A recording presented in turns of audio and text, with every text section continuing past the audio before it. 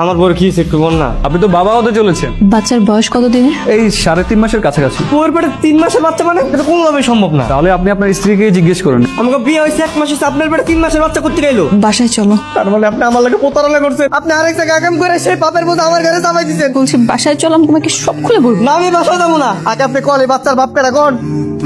এত বড় বাড়ির মায়ের লাগে তোর বিয়া? তোর তো এটা রাজকপাল। তুই কি ভাবছো যে এই বাড়ির মালিকের মায়ের আমি বিয়ে করবো? আমার বাড়ির কাজের মাইয়াটা আছে না, মামা কি যে সুন্দর। রে কামের মায়ের বিয়ে করতে আমার লইছুস হালা। আপনিও বসেন, বিয়ের পাত্রী দাঁড়িয়ে থাকলে কেমন দেখা যায়? বিয়ের পাত্রী মানে? মামা বকুলের সাথে আমার বিয়ে দিবেন না? ওর সাথে কেন বিয়ে হতে যাবে? আমার বিয়ে কার লগে দিবেন? আমাদের সন্ধ্যার সাথে কই জাহান নামে শালা এমন মুহূর্তে কি অজ্ঞান হয়? অজ্ঞান ওরা টাইম পাস নাই। তুই বিয়েটা হয়েছি তো তারপর অজ্ঞান কি? গেছিলাম তুই বাড়ির কাজের মেয়ের বিয়ে করতে, কাজের মেয়ের পরিবর্তে যে মালিকের মেয়ের বিয়ে করে দিবে এটা তো বুঝতে পারিনি মামা। এত বড় লোড আমি সামলাইতে পারি নাই। আপনি যারে বিয়ে করতেছেন তারে করবেন, আরেকজনকে করা দরকার কি? তাই করতে আইলো তো এমনি আসিল। খালুরে পর আপনি ম্যাডাম বিয়ে করতে পারবেন না, আপনি আমারই বিয়ে করবেন। ম্যাডাম বিয়ে করবো না। শোনো আগে কি হয়েছে না হয়েছে সব ভুলে যাও বুঝছো। আর আজকে দেখে তুমি আমারে আর কয়ে ডাকবা। তুই ওর কথা বাদ দি, তাড়াতাড়ি বিয়ের ব্যবস্থা করতে হবো। কখন তো মত বুঝাতে ঠিক নাই। আপনি একটা বেইমান, আপনি আমার মনটা ভাঙ্গা দিচ্ছেন। দেখবেন আপনার কোনোদিনও শান্তি হবে না। আপনি এভাবে কাঁপছেন কেন?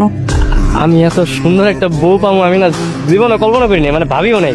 আচ্ছা, আপনি আমার ব্যাপারে সবকিছু জেনে শুনে তারপর বিয়েতে রাজি হয়েছেন তো? হ্যাঁ আমি সব জানি তো, মামা আমারে সব কইছে। এমন একটা পোলারে বিয়ে করলেন যে কিনা আমার প্রেমের প্রস্তাব দিছিল, আমার লাগে বিয়ে করতে চাইছিল। বকুল, তোকে আমি না করেছি না এইসব টপিক নিয়ে কথা বলতে তো চাই না ম্যাডাম, কিন্তু যেই পোলার লগে আপনার বাড়ির কামের মেয়ের বিয়ে হওয়ার কথা ছিল সেই পোলার লগে আপনি বিয়ে করে নিলেন। আমার হাজবেন্ড আগে কি করেছে না করেছে সেটা তো আমার দেখার বিষয় না। এখন আমার হাজবেন্ড কি করছে বা কি করবে সেটা আমার দেখার বিষয়। আপনি তো একটা প্রতারক। বকুল, তোকে আমি যেতে বলছি না? আমার মাকে ঘুম পাইছে, আমি একটা কাজ করি যে সোফার মধ্যে ঘুমাই থাকি। হ্যাঁ সোফায় ঘুমাতে যাবেন মানে? আমি আপনার ওয়াইফ, আপনি আমার হাজবেন্ড, আমাকে একা এখানে রেখে আপনি সোফায় ঘুমাবেন কেন?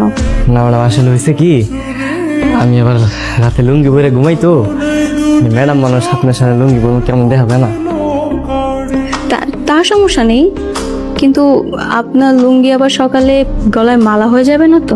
হ্যাঁ ম্যাডাম কি কর, আমি শক্ত করে গিতে দেবো, সমস্যা নাই। ঠিক আছে, সমস্যা নেই, তাহলে আপনি এখানে ঘুমাতে পারেন। তা আপনি দিনের বেলা প্যান্ট পরতে পারেন তো? হ্যাঁ না, মানে আপনাকে কিন্তু আমার সাথে অফিসে যেতে হবে, ওইখানে কিন্তু লুঙ্গি পরা যাবে না, প্যান্ট পরতে হবে। কি কর ম্যাডাম, অফিসে যাইতে দেবো? হ্যাঁ, যেহেতু আমি ছাড়া আমার কোনো ভাই বোন নেই, এখন যেহেতু আপনি আমার হাজবেন্ড, সো আপনাকে তো সবকিছু দেখাশোনা করতে হবে, তাই না? ম্যাডাম কিসব কথাবার্তা কইতেছেন, আমার তো আবার মাথা ঘুরাইতেছে। কি হয়েছে? আরে কি হয়েছে? উঠুন, চলুন তাহলে। ম্যাডাম আমার না আসলে একটু ভয় ভয় লাগতেছে বুঝছেন। আসলে আমি কাজ কাম তেমন একটা পারি না তো, অফিসে গেলে পরে যদি আমার আবার বাইক টের করে দেয়। আশ্চর্য ব্যাপার, অফিস আমাদের, আর কাউকে যদি চাকরি থেকে বের করতে হয় সেটা আমরা করি। হায় হায়, অফিসও আমার, বউ আমার, তাহলে তো আমার কোনো চিন্তাই নাই। সেটাই, আপনার যা ইচ্ছা আপনি করতে পারবেন, নো টেনশন। আচ্ছা ঠিক আছে।